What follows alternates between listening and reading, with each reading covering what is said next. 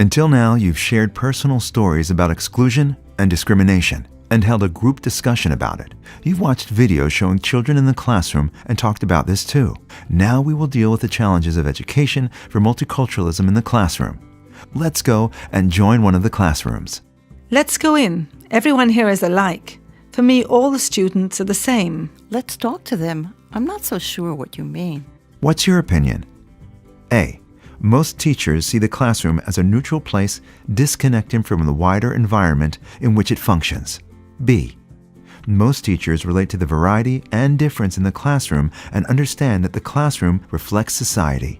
I really love to dance. I even thought about going to ballet. I'm afraid to talk about it because the other kids might laugh. I came to the USA when I was a child.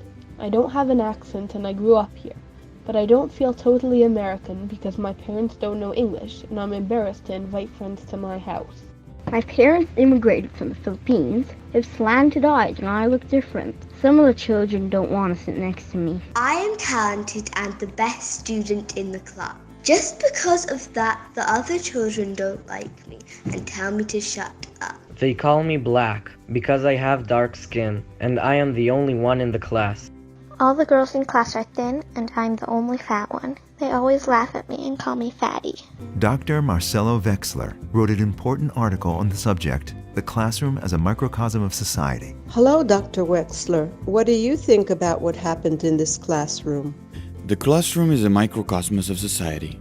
It isn't cut off from the wider environment in which it functions. As teachers, we have to recognize, understand, and interpret the personal narrative of our students so that we understand where their behavior is coming from. Dr. Wexler, do you think children are racists? To answer this, we need a little background. Children, at least until adolescence, tend to build dichotomous cognitive patterns, black and white, good or bad, and so on. This mechanism helps them understand the complicated reality around them. And why is that a problem? Messages that children hear in the media and sometimes at home can reinforce this tendency. So by adolescence, this can become a way of dividing the world into us and them.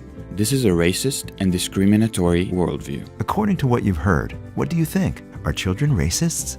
How do you think teachers can deal with children's tendency to divide good and bad, and black and white? That is to say, to think in terms of dichotomous cognitive patterns. Gardner and his colleagues talk about this in another article looking at the development of prejudice between groups in terms of recategorization. And what is recategorization? It's finding new categories that don't divide children but create a common ground. For example, according to one's place in the family. An excellent idea. Perhaps according to the season, when one was born.